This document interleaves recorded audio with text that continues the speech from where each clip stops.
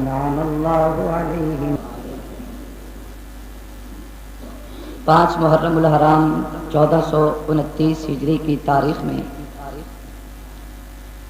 عظیم جامع مسجد حضرت بلال رضی اللہ تعالی عنہ کوٹدو شہر میں استاذ العلماء مشفق و محسن حضرت مولانا محمد موسیٰ کلیم صاحب دامت برکاتہ العالیہ اور مسجد کی انتظامیہ کی طرف سے میں اور آپ سب حضرات اس مقام پہ جمع ہیں۔ دعا کریں اللہ سب کا آنا بیٹھنا اپنی دربار میں قبول و منظور فرمائے۔ دل سے دعا کریں اللہ شرح صدر سے صحت سے حق اور سچ کہنے کی توفیق عطا فرمائے۔ محترم دوستوں اور بزرگوں، کانفرنس کا عنوان ہے شہدائے اسلام، مقدس عنوان ہے۔ اگر میرے اللہ نے چاہا تو اسی کے حوالے سے گفتگو کروں گا، مگر شرط ہوگی کہ آپ سب حضرات بیداری کا ثبوت دیں گے۔ بولیں گے انشاءاللہ؟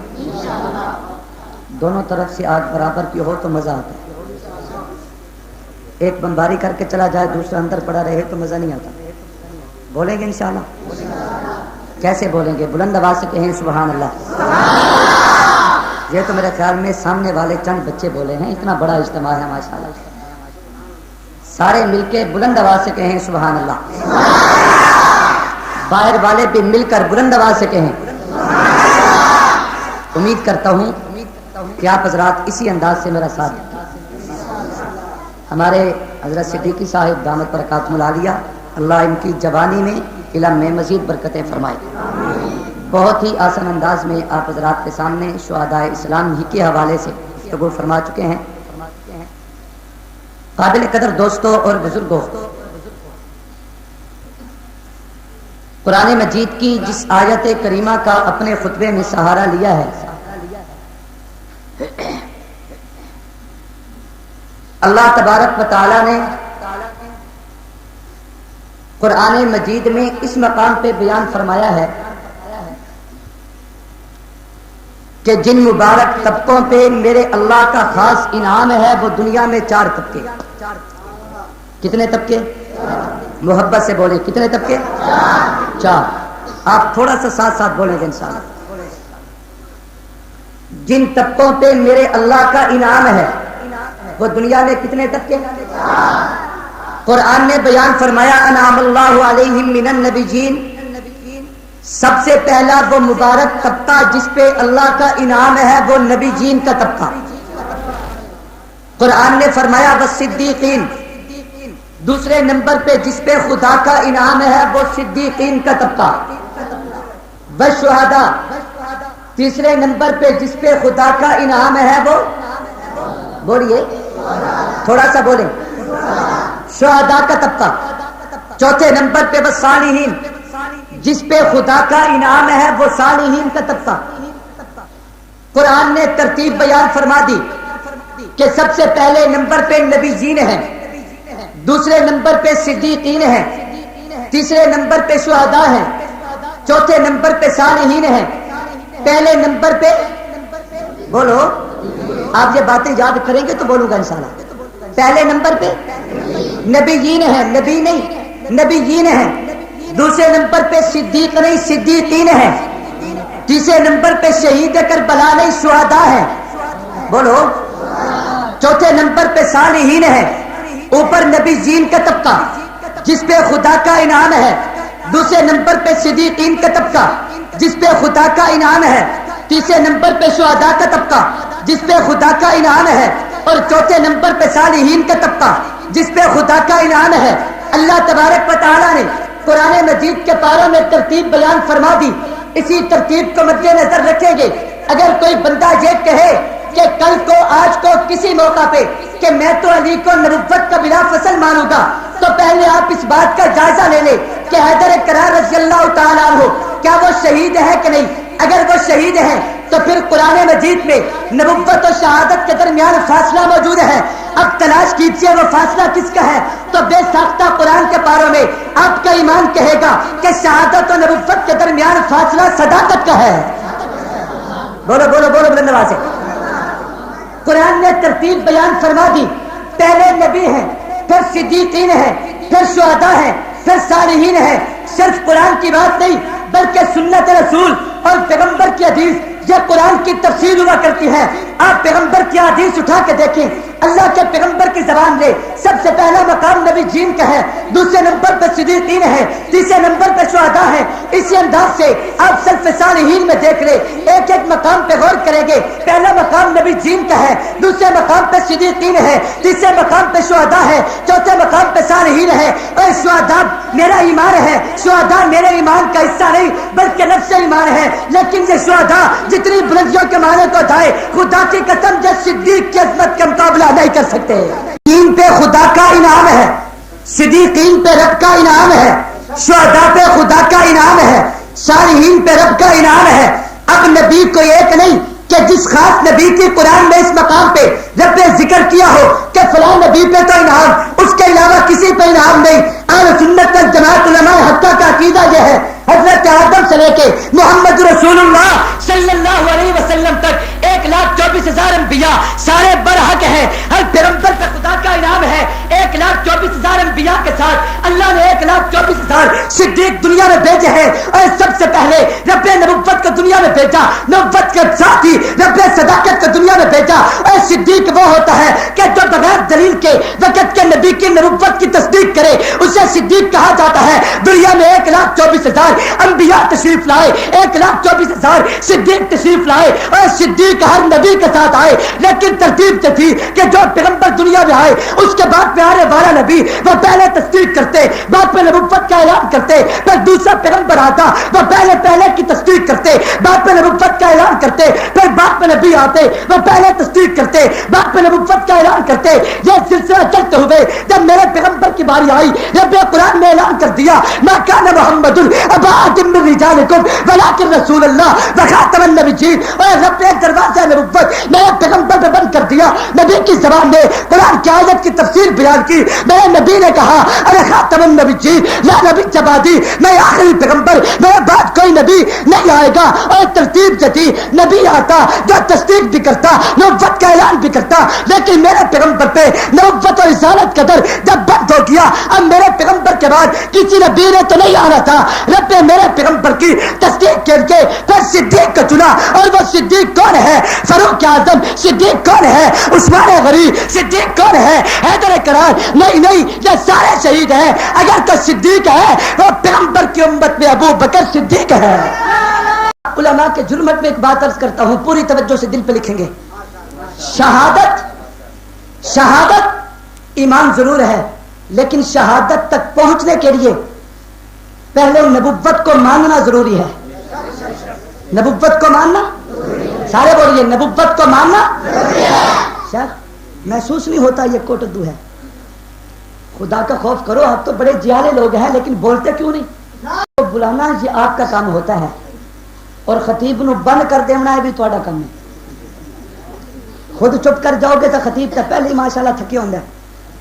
بولو گے انشاءاللہ؟ چہروں پہ حشاش بشاش، آپ کے توانائی اور رونق ٹپکنی چاہیے، آپ کے چہرے دیکھ کے ایمان تازہ ہو جائے، اور تازہ ہو گئے الحمدللہ مسلمان ہیں۔ اللہ مزید عظمت نصیب فرمائے، آمین کو بلند آواز سے انعم اللہ علیہم من النبیین والصدیقین والشہداء والصالحین۔ نبوت پہ خدا کا انعام ہے، صداقت پہ خدا کا انعام ہے، شہادت پہ رب کا انعام ہے، صالحین پہ خدا کا انعام ہے۔ یہ نبوت کیا ہے آپ سمجھ چکے، صداقت کیا ہے؟ صدیق کہتے ہیں جو بغیر دلیل کے وقت کے نبی کی تصدیق کرے۔ اب لوگ کہیں گے کہ میاں نبی کا جانشین تو علی تھا، کسی نے جا کے قبضہ کر لیا، اور قبضہ کرنا اور چیز ہے، لیکن مقدر میں جو بات آ جائے مقدر کا انکاری کوئی نہیں ہوا کرتا۔ میں علی کو نبوت کا جانشین مان لینے میں توقف کرتا تب جب علی شہادت کے درجے پہ فائز نہ ہوتا، جب علی شہادت کے درجے پہ فائز ہو چکے، حضرت عثمان غنی شہادت کے درجے پہ فائز ہو چکے، حضرت فاروق اعظم شہادت کے درجے پہ فائز ہو چکے، تو ہر ایک کی زبان یہ جملہ کہنے پہ مجبور ہو جائے گی کہ شہادت تو اور نبوت کے درمیان فاصلہ موجود ہے. اب تلاش کر وہ فاصلہ کون ہے. خود ہی تلاش کرو وہ فاصلہ کون ہے. تو بے ساختہ قرآن کے پاروں میں کہو گے وہ فاصلہ صداقت کا ہے. وہ فاصلہ سارے بولو وہ فاصلہ صداقت کا ہے. تو کیا صدیق علی کو مان لوں؟ کیا صدیق فاروق اعظم کو مان لوں؟ کیا صدیق عثمان غنی کو مان لوں؟ کیا صدیق حضرت عباس کو مان لوں؟ اے نہیں. جیسے ایک امت کر کے نبی ایک ہوتا ہے ویسے ایک نبی کر کے صدیق بھی ایک ہوتا ہے. ہر کوئی صدیق نہیں بنتا. صدیق وہی بنتا ہے اور جو رب کے انتخاب میں آئے اور خدا کے انتخاب میں جو صدیق بنے وہ نبوت کا جانشین ابو بکر ہے. کون ہے؟ سارے بولو کون ہے؟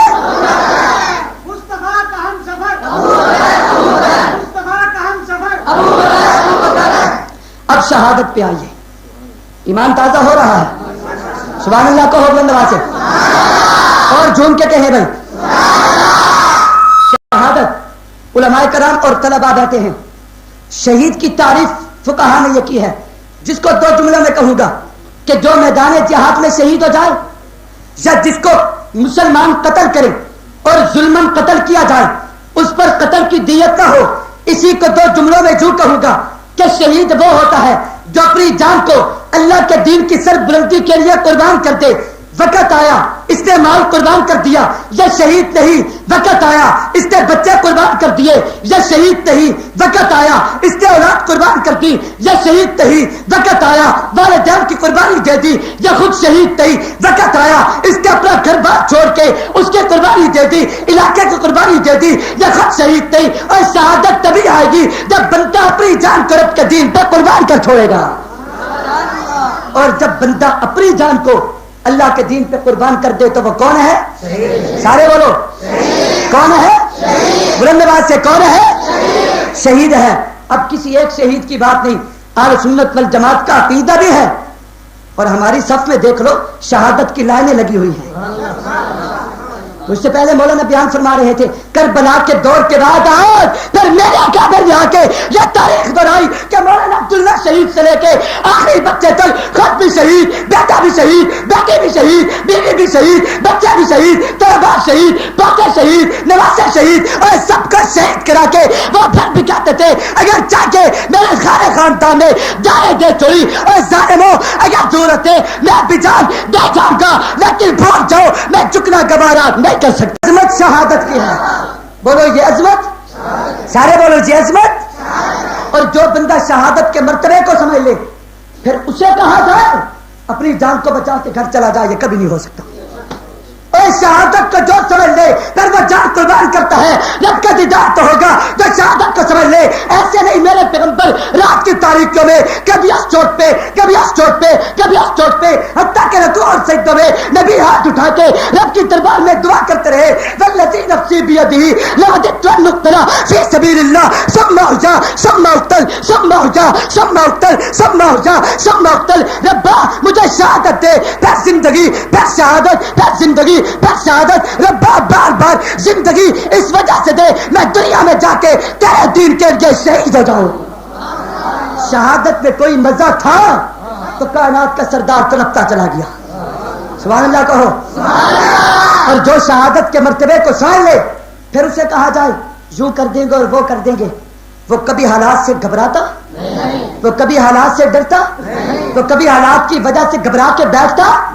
بولو آپ تو ڈر گئے. کربلا کا منظر تو یہاں پیش نہیں آنے لگا. بولو تو صحیح. جو شہادت کے مرتبے کو سمجھ لیں پھر اسلام کے دامن میں بڑے بڑے شہید آئے.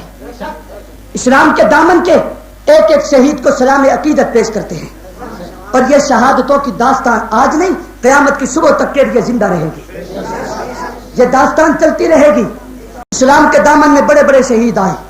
ایک دو شہید بھی آیا جو رسول اللہ کے مسلح کا شہید ہے. ایک دو شہید بھی آیا جس نے دنیا پہ عدل و انصاف کی بہاریں اور خدا کی قسم مثالیں قائم کی. ایک دنیا میں وہ شہید بھی آیا کہ جس کے اربع عناصر آگ پانی مٹی آواز چاروں چیزوں پہ حکمرانی تھی. ایک دنیا میں وہ شہید بھی آیا جس کے روب اور دبدبے کی وجہ سے شیطان راستہ بدلنے پہ مجبور ہو جایا کرتا تھا. دنیا میں ایک وہ شہید بھی آیا کہ جس کے روب کی وجہ سے جب فلسطین کے سارے یہودی بغیر مقاتلہ اور جہاد کے آ کے جو کر کے چابیاں بیت المقدس کی رکھ کے کہتے ہیں کہ فاروق اعظم تیرے دبدبے کی وجہ سے تیرے روب کی وجہ سے ہم کافرے رستے پر مجبور ہیں, ہم مقابلہ نہیں کر سکتے. فلسطین چاہیے, بیت المقدس چاہیے, یہ چابیاں لے لو لیکن ہمارے بچوں کی جان بچ جائے. اور ایسا فاروق اعظم کہ جس کے روب کی وجہ سے صرف فلسطین نہیں ایران کامتا, روم کامتا, جاری ہو جایا کرتا تھا اور دنیا کے سارے کافر جو کام جایا کرتے تھے. میں کیوں نہ جملے محبت میں کہوں, نماز عشق کی اول لذا فاروق اعظم ہے, اشارے دین احمد پاسبا فاروق اعظم ہے. اور محمد کی محبت نے کہاں پہنچا دیا ان کو. اگر صدیق دل ہے تو زبا فاروق اعظم ہے. کسی صورت شہادت کا درجہ اور شہادت کے دروازے کو بند کیا جا سکتا نہیں. بولو اگر وہ اپنے ظلم پر پکے ہیں, تم شہادت کر کے رب کے دیدار کی ملاقات کر کے پکے ہو جائیں گے. اور وہ ستم کر جب ستم کریں گے تمہیں آزمائیں گے تو پھر جرأت سے جملے کہنا, وہی جملے جو حضرت بلال حبشی نے کہے تھے. رب نے وہ مقام دیا تھا کہ ظالمو تم کیا سمجھتے ہو کہ میں ان ٹولوں کی وجہ سے, آگ کی وجہ سے گھبرا کے ڈر جاؤں گا, گھر بیٹھ جاؤں گا, نبی کا دامن چھوڑ دوں گا, رب کی ملاقات کی یہ باتیں چھوڑ دوں گا, رب کا نام چھوڑ دوں گا. اور یاد رکھو میں کٹ جاؤں گا, رب کا نام نہیں چھوڑوں گا. پر وہ وقت بھی آیا جب حضرت بلال نے سب کا رب کے دین پہ قربان کر دیا. نبی معراج کی رات کے جنت میں دیکھا ایک اور ملاقات کر کے انتظار پہ بیٹھی ہے. میرے پیغمبر نے کہا اے کس کی ملاقات کر کے کس کے انتظار ہے؟ وہ اور کہتی ہے سنا ہے آپ کی امت کا بلال حبشی, موٹے ہونٹ, چھوٹی آنکھیں, چھوٹا قد, بدصورت صاحب بھی ہے. میرے پیغمبر نے فخر سے سر بلند کر کے کہا اے حور تکبر نہ کر, فخر نہ کر, مجھے خطرہ اس بات کا ہے کہ پتہ نہیں میرا بلال بھی تجھے پسند کرتا ہے کہ نہیں کرتا. فاروق اعظم بھی شہید ہیں. بولو فاروق اعظم بھی, سارے بولو فاروق اعظم بھی. صحابہ میں ہر ایک کا اپنا مرتبہ ہے. بتدریج اللہ نے جس کو جو مقام دیا وہ دوسرے اپنے سے اوپر والے کی عظمت کا مقابلہ نہیں کر سکتا. حسین ابن علی رضی اللہ تعالیٰ عنہ ہمارا ایمان ہے, حسین ہماری جان ہے, حسین ہمارے ایمان کا محور ہے. لیکن ایک نہیں کئی حسین پیدا ہو جائیں.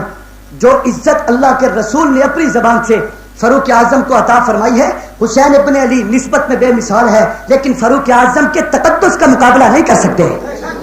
بولو بلند آواز سے سبحان اللہ کہو.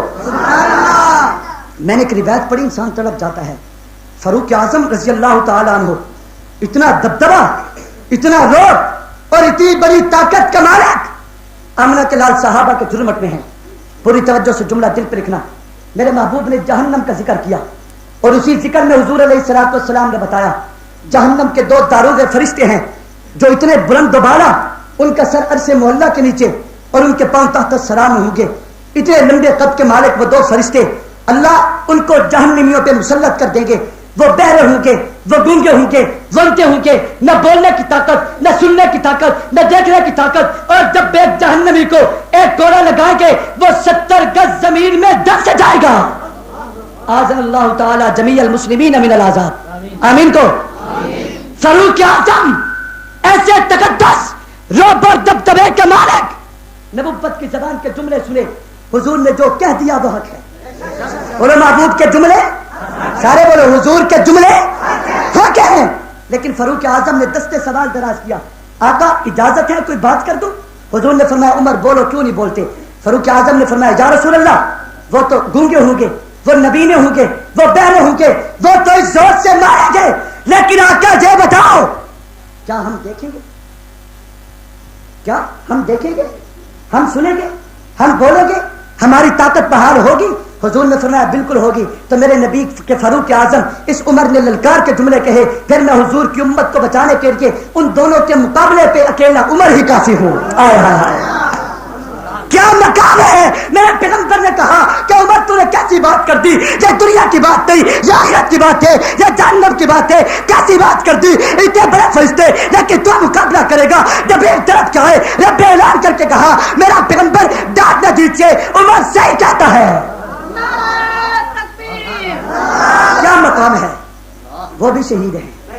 بولو وہ بھی, سارے بولو وہ بھی. آج کی سیاست خدا کی قسم میں اس کو فاروق اعظم کی جوتی کے ایک ذرے پہ قربان کر دوں. سیاست کے لغوی معنی ملکی نظام کو سنبھالنا. آج لوگ کہتے ہیں میاں مولویوں کا کی کام میں سیاست ہے. مفتی عبد الجلیل صاحب دامت برکاتہم وہ شیخ الحدیث ہے, مدرسے میں بیٹھتے, مولویوں کا کیا کام ہے کہ وہ سیاست پہ قدم رکھے. اور سیاست کے لغوی معنی ملکی نظام کا سنبھالنا, اور ملکی نظام کی اگر بارے اور نظام دیکھنا چاہتے ہو پھر آ کے جا کے دیکھیے دور فاروق اعظم کا. کس کا بولو, کس کا؟ یہی فاروق اعظم ہے, مدینہ کی بستی میں پہرا دے رہے ہیں. سبحان اللہ کہو. شاید آپ کا ذوق نہیں, بات اسی پہ کروں گا جو آپ سننا چاہتے ہیں. تمیدی حوالے سے تھوڑا سا غور تو کرو. شاید 3-4 گھنٹے گفتگو ہو لیکن آپ تو بھاگ جائیں گے ماشاءاللہ. توجہ کریں. مدینہ کی بستی میں پہرا دے رہے ہیں. چلتے چلتے ایک مکان کے باہر گئے, مکان کے اندر سے بولنے کی آواز آتی ہے. فاروق اعظم امیر المومنین ہیں, کان لگا کے سنا تو آواز آ رہی تھی. فاروق اعظم نے غور کیا, ایک عورت ہے, اس کی بیٹی ہے. ماں کہتی ہے بیٹی دودھ میں پانی ملا دے. بیٹی کہتی ہے اماں کیسے ملاؤں, دور عمر کا ہے. بولو بولو بولو. ماں کہتی ہے کہ بیٹی دودھ میں پانی ملا دے, پیسے زیادہ آئیں گے, کپڑے نہیں, عید قریب ہے, قرضہ ہو چکا ہے, دودھ میں پانی ملا دے, پیسے زیادہ آئیں گے. لیکن سے بیٹی ایمان سے بھرپور آواز میں جواب دیتی ہے اماں کیسے ملاؤں, دور عمر کا ہے. دور سارے بولو دور عمر کا ہے. ماں کہتی ہے بیٹی پتہ نہیں عمر کون ہے, کس مقام پہ سویا ہوگا, کس شاہی خانے میں غفلت سے آرام کرتا ہوگا, رات کی تاریکیوں میں اس بستی میں کون عمر, کیسی بات کرتی ہے. بیٹی نے کہا ماں عمر تو نہیں دیکھتا لیکن عمر کا خدا دیکھتا ہے. بولو بولو بولو. ماں کہتی ہے بیٹی دودھ میں پانی ملا دے, اماں کیسے ملاؤں, دور عمر کا ہے, عمر نہیں دیکھتا. فرمایا نہ دیکھے, عمر تو نہیں دیکھتا, عمر کا خدا دیکھتا ہے. تو رات کے 2 بجے یہ جملے کہتی تھی کہ عمر تو نہیں دیکھتا, عمر کا خدا دیکھتا ہے. تاریخ نے لکھا ہے حضرت فاروق اعظم کے ایک بیٹے تھے حضرت عاصم رحمہ اللہ تعالی. اپنے اس بیٹے کے لیے اس بچی کا رشتہ مانگا. جھونپڑی کی رہائشہ, جھونپڑی کی رہنے والی وہ بچی, ایک غریب خاندان کی چھوٹی سی بچی, اور فاروق اعظم رشتہ مانگنے کے لیے اس کے دروازے پہ گئے. خاتون نے دست سوال دراز کر کے یہ جملے کہے کہ فاروق اعظم ہمیشہ رشتے کے لیے معیار ہوا کرتا ہے, اور میری بیٹی تمہارے معیار کے قابل نہیں, کس بات پہ آئے ہو. تو فاروق اعظم نے رو کے جملے کہے میرے ہاں معیار یہ بات ہے, میں جب بھی عدالت جایا کروں گا بیٹی کو بلا کے کہوں گا بیٹی وہ جملے دہرا دے کہ عمر تو نہیں دیکھتا, عمر کا خدا دیکھتا ہے. حضرت عاصم کا نکاح اس بچی سے ہوا, اور ان کے بطن سے ایک بچہ پیدا ہوا جس کا نام عبد العزیز تھا. کیا نام ہے, سارے بولو کیا نام ہے, عبد العزیز. یہ وقت کے ولی اللہ بھی ہیں اور بہت بڑے وقت کے گورنر بھی ہیں. حضرت عبد العزیز رحمہ اللہ کا نکاح ایک عورت سے ہوا, جو عورت کوئی عام نہیں, وقت کی ولی اللہ تھی. جب ان دونوں کا آپس میں نکاح ہوا, پیچھے سے نسبت فاروق اعظم کی ہے. اب ان دونوں کے ملاپ کے بعد ان کے بطن سے ایک بچہ پیدا ہوا جس کو دنیا حضرت عمر بن عبد العزیز کے نام سے یاد کرتی ہے. سبحان اللہ کہہ دو. جن کے مطالعات میں یہ باتیں ہیں وہ بولیں بلند آواز سے. فاروق اعظم کے کیا کہنے, عمر بن عبد العزیز کا یہ دور ہے, گندم کا دانہ کھجور کے دانے کے برابر ہے, بھیڑیا اور بکری ایک کنویں سے پانی پیتے ہیں. اتنا بڑا انصاف اگر اولاد میں رب نے دکھا دیا تو فاروق اعظم کا کیا مقام ہوگا. فاروق اعظم اسلام کے شہید ہیں. حضرت عثمان غنی بھی اسلام کے شہید ہیں, اور وہ کوئی عام بندہ نہیں تھا جس کے گھر میں رسول اللہ کی 2 بیٹیاں تھیں, اور حضور نے رو کے جملے کہے تھے عثمان آج میرے پاس کوئی ان کے علاوہ اور بیٹی نہیں, اگر میرے ہاں 40 بیٹیاں بھی ہوتی تو جگہ بعد دیگر عثمان کے نکاح میں قربان کر دیتا. اس عرض کی عظمت تو مدینے کے سبب ہے, اس عرض کی عظمت تو مدینے کے سبب ہے. افلاک کو رفعت تیرے قدموں سے ملی ہے, جو شرم نہ کرے تیری وہ مزدور خلائق, اور تو جس سے شرم کرے آقا وہ عثمان غنی ہے. بولو بولو بولو. میرے خیال میں آپ سو چکے ہیں, بات ختم کریں, تھوڑا سا بیدار ہو کے بیٹھے. فاروق اعظم اسلام کے شہید ہیں حضرت عثمان غنی، اسلام کے شہید ہیں حضرت علی المرتضیٰ، اسلام کے شہید ہیں حضرت حمزہ سید الشہداء، اسلام کے شہید ہیں، اسلام کے دامن میں بڑے بڑے شہداء کا خون گرا ہے، لیکن چلتے ہوئے میں ایک جملہ کہتا ہوں، نوجوانوں جملہ دل پر لکھنا، جیسے حضرت آدم سے لے کے حضرت عیسیٰ تک 1,24,000 انبیاء وہ سارے برحق تھے، سارے مقام والے، سارے عزت والے، سارے عصمت والے، سارے شرف و قبولیت والے، لیکن سارے پیغمبروں کے اگر سارے کمالات کو جمع کر کے کسی میں رکھ دیا جائے اور اس گلدستے کا نام تجویز کیا جائے تو بے ساختہ کہیں گے آدم سے لے کے حضرت عیسیٰ تک، جس میں سب کے کمالات ہوں گے، سب کی عصمتیں جس گلدستہ میں ہے، سب کے مقامات جس گلدستہ میں ہے، سب کے نام کی عصمتیں، سب کے کمالات جس گلدستہ میں ہے، اس گلدستے کا نام محمد ہے۔ کیا ہے؟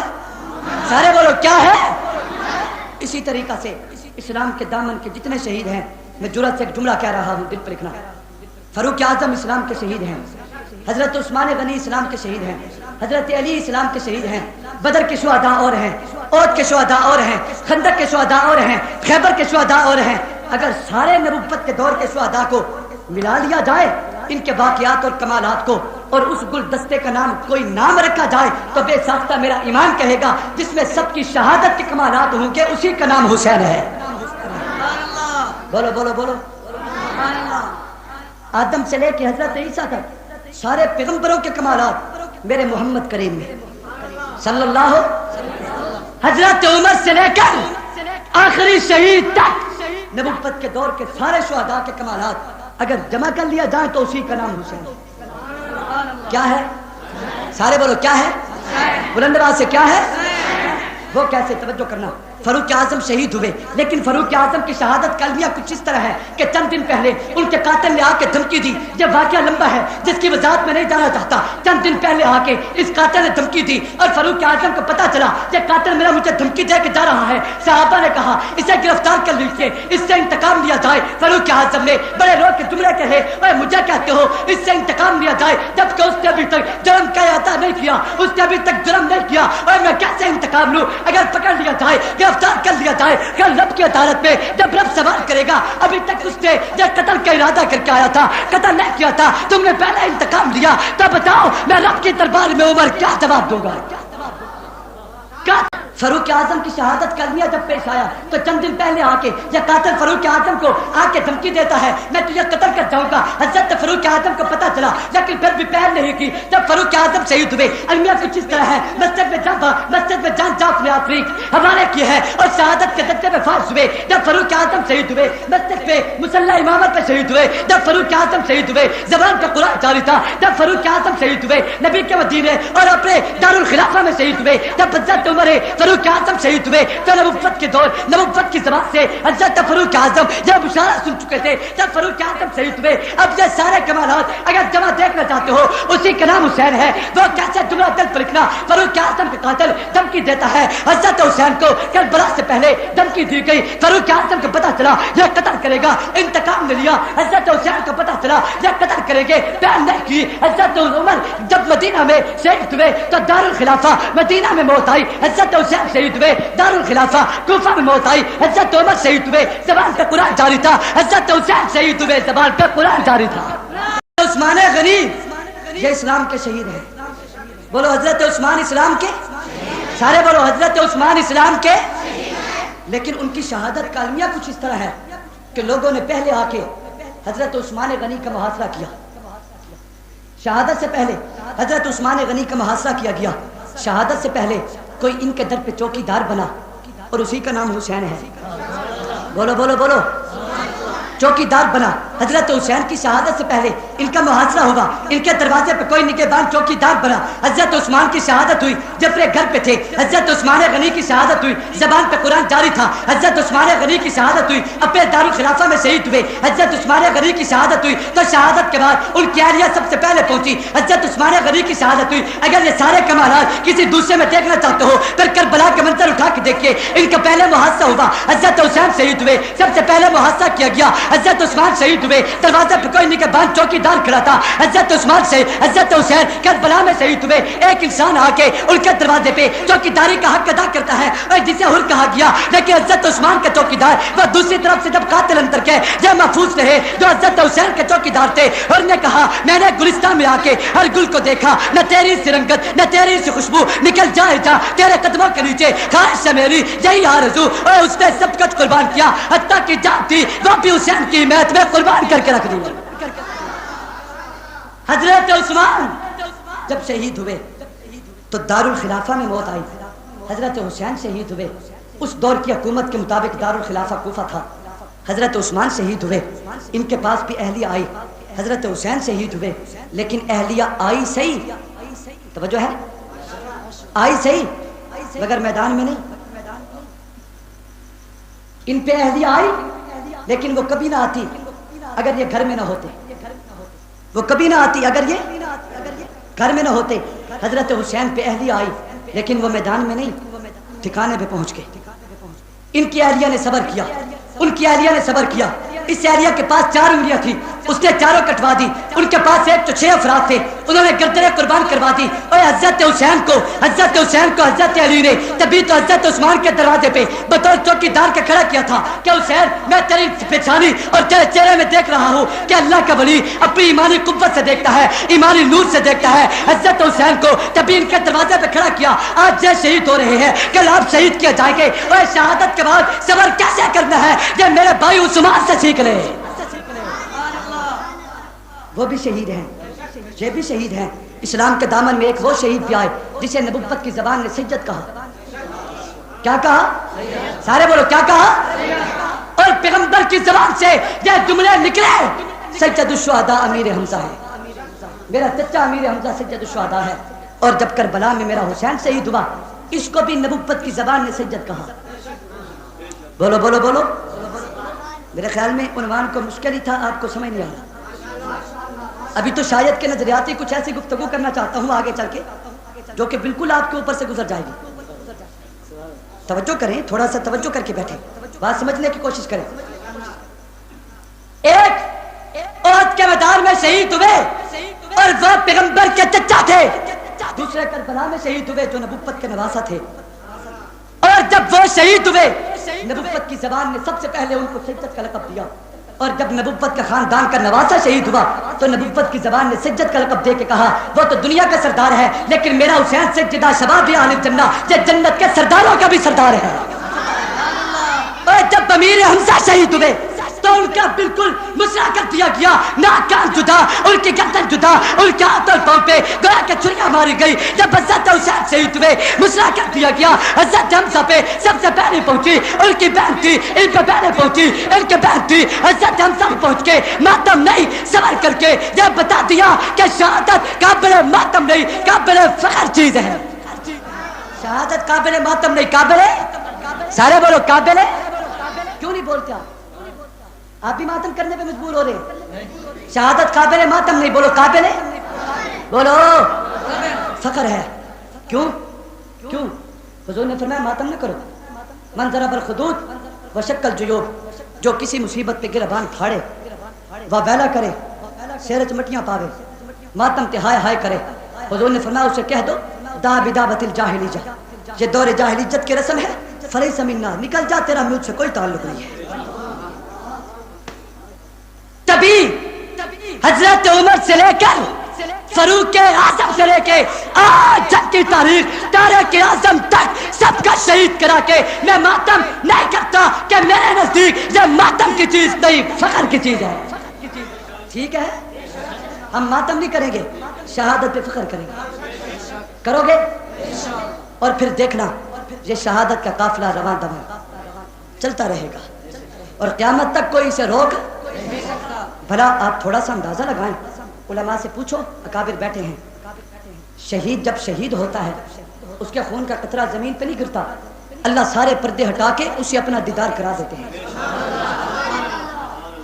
حضرت یوسف علیہ السلام کو جب زلیخا نے اپنی سہیلیوں کے سامنے کرنا چاہا تو قرآن کا جملہ ہے, میرا نہیں, ہاتھ میں سیب ہیں, چھریاں ہیں, پلیٹ رکھی ہوئی ہے, کہا تم سیب کاٹو اور کھانا شروع کرو, میرا یوسف آ جائے گا.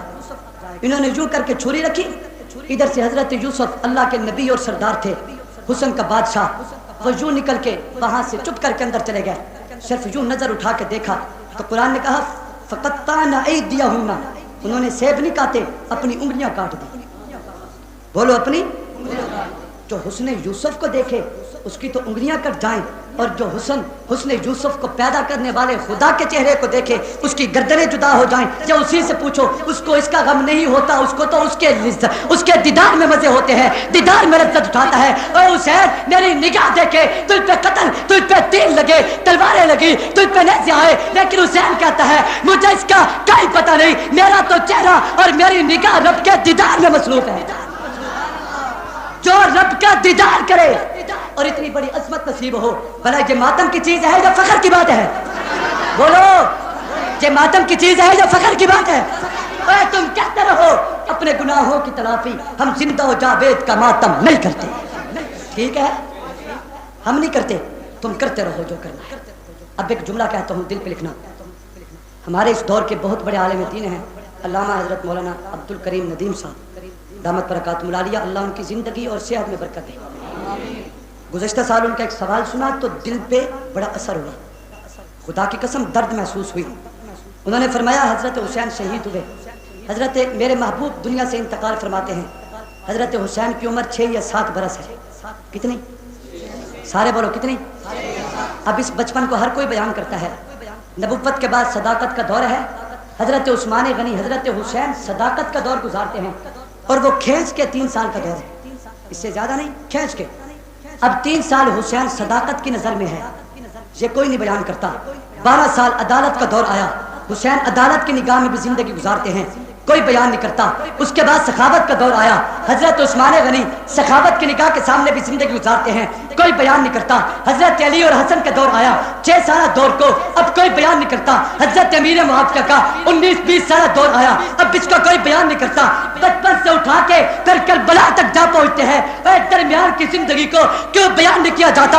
اگر توجہ ہو تو تھوڑا سا بتاؤ کہ حسین کون ہے رب کی نظر میں، حسین کون ہے رسول اللہ کی نظر میں، حسین کون ہے صدیق کی نظر میں، حسین کون ہے عدالت کی نظر میں، حسین کون ہے سخاوت کی نظر میں، حسین کون ہے علی کی نظر میں، حسین کون ہے امیر معاویہ کی نظر میں؟ یہ سارا سلسلہ بیان کر کے بتا شہادت کیسی تھی، جرأت کیسی تھی، تاکہ زندگی کو بیان کرنے کا مزہ آ جائے۔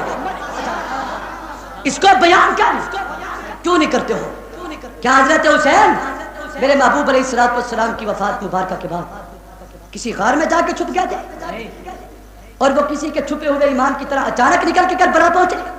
بولتے کیوں نہیں؟ آپ کو بات سمجھ نہیں آ رہی؟ بیان کر، اور پھر جب شہادت کو بیان کرتے ہیں، یہ میری بات نہیں، انہی کے مطلب کہ کہہ رہا ہوں، زبان میری ہے بات ان کی۔